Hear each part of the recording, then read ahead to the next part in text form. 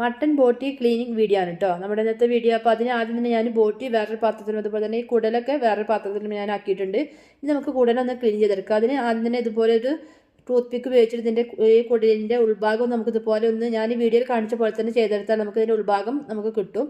ഇതുപോലെ തന്നെ നമുക്ക് എല്ലാം ഈ കുടലും ഇതുപോലെ നമുക്കൊന്ന് മറിച്ചിട്ട് കൊടുക്കണം. ഇതിൻ്റെ ഉൾഭാഗത്താണ് വഴുവഴുപ്പ് കൂടുതലുണ്ടാകുക. അപ്പോൾ അത് ഇല്ലാതാക്കണമെങ്കിൽ നമുക്ക് ഇതുപോലെ ചെയ്തെടുക്കണം. അതിനുശേഷം ഞാനിതൊന്ന് വെള്ളത്തിലിട്ട് നന്നായിട്ട് തന്നെ അത് വലിച്ചിങ്ങാണ്ട് നമ്മളത് കഴുകി എടുക്കണം കേട്ടോ. നമ്മളിത് ഇങ്ങനെ മേലോക്കും താഴേക്കും വലിച്ച് കഴിയുമ്പോൾ അതിൻ്റെ വഴുപ്പ് കുറേ ആയിട്ട് പോകും.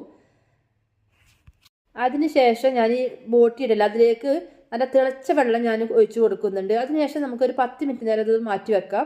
ഇനി നമ്മൾ നേരത്തെ കഴുകി വെച്ചിട്ടുള്ള നമ്മുടെ ഈ കുടലിലേക്ക് ഞാൻ കുറച്ച് മഞ്ഞൾപ്പൊടിയും അതുപോലെ തന്നെ കല്ലുപ്പ് ഇട്ടിട്ട് നന്നായിട്ട് തന്നെ നമ്മുടെ കൈ വെച്ച് നന്നായിട്ട് തന്നെ ഒന്ന് മിക്സ് ചെയ്തെടുക്കാം കേട്ടോ. അപ്പോൾ അതിൻ്റെ വഴുവെപ്പ് ഇതുപോലെ മഞ്ഞൾപ്പൊടിയും കല്ലുപ്പൊക്കെ ഇടുന്ന സമയത്ത് നന്നായിട്ട് തന്നെ മാറിക്കിട്ടും.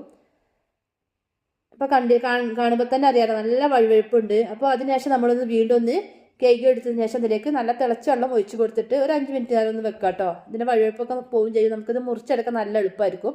ആ സമയങ്ങളിൽ നമ്മുടെ ബോട്ടിയെ കണ്ടില്ലേ നമ്മൾ ചൂടുവെള്ളത്തിൽ ഇട്ടൊരു 10 മിനിറ്റ് ആയിട്ടുണ്ട്. നന്നായിട്ട് തന്നെ ഇത് ക്ലീനായി കിട്ടും കേട്ടോ. നമ്മുടെ ഈ കത്തി വെച്ചിട്ട് ഇങ്ങനെ ഇതിൻ്റെ തൊലിയൊക്കെ ഇങ്ങനെ നമ്മൾ കളയുന്ന സമയത്ത് പെട്ടെന്ന് തന്നെ നമുക്ക് ബോട്ടി നല്ല വൈറ്റ് കളറായിട്ട് നമ്മുടെ ഈ ബോട്ടി നമുക്ക് ക്ലീൻ ചെയ്തെടുക്കാൻ പറ്റും. അപ്പോൾ എല്ലാവരും ഇനി ബോട്ടിയൊക്കെ ക്ലീൻ ചെയ്യുന്ന മടി കൊണ്ട് വാങ്ങാതിരിക്കേണ്ട. അതുപോലെ ചെയ്തെടുത്താൽ നമുക്ക് എളുപ്പത്തിൽ തന്നെ നമുക്ക് ഇത് ഉണ്ടാക്കിയെടുക്കാം. നല്ല ഹെൽത്തി ആയിട്ടുള്ള സാധനമാണല്ലോ. അപ്പോൾ നമ്മുടെ ബോട്ടിയൊക്കെ നല്ല ക്ലീൻ ആയിട്ടുണ്ട്. അപ്പോൾ നമ്മൾ ഏകദേശം ഇത് ക്ലീനാക്കി കഴിഞ്ഞിട്ടുണ്ട് കേട്ടോ. ഇനി നമുക്കിത് കഴുകിയതിന് ശേഷം ഒന്ന് മുറിച്ചെടുക്കാം കേട്ടോ. മുറിച്ചെടുക്കാനും നമുക്ക് പ്രയാസമില്ല, കാരണം നമ്മൾ തിളച്ച വെള്ളത്തിലിടുമ്പോൾ അത് കുറച്ച് സോഫ്റ്റ് ആയിട്ടുണ്ടാവും. നമുക്കിത് മുറിച്ചെടുക്കുമ്പോഴും നല്ല ഈസി ആയിട്ട് തന്നെ മുറിച്ചെടുക്കാം. ഇപ്പോൾ ബോട്ടിയൊക്കെ ഏകദേശം നല്ല ക്ലീനായി തന്നെ കിട്ടിയിട്ടുണ്ട്.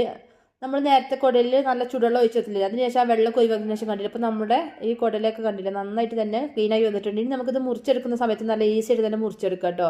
വഴുവഴുപ്പൊന്നും ഉണ്ടാവില്ല, തീരെ ഉണ്ടാവില്ല വഴുവഴുപ്പ്. നമുക്ക് നല്ല നമ്മൾ സാധാരണ ഇറച്ചി മുറിച്ചെടുക്കുന്ന അത്ര സിമ്പിളായിട്ട് തന്നെ നമുക്കൊന്ന് മുറിച്ചെടുക്കാം കേട്ടോ. അതുപോലെ തന്നെ മുറിച്ചതിന് ശേഷം നമ്മൾ വീണ്ടും നല്ല ചൂടുവെള്ളത്തിൽ കുറച്ച് കല്ലുപ്പിട്ട് കൊണ്ട് തന്നെ അതുപോലെ തന്നെ മഞ്ഞൾപ്പൊടി ഇട്ട് കണ്ട് കഴുകുകയാണെങ്കിൽ അതിൻ്റെ ബാഡ് സ്മെല്ലൊക്കെ പോയി കിട്ടും.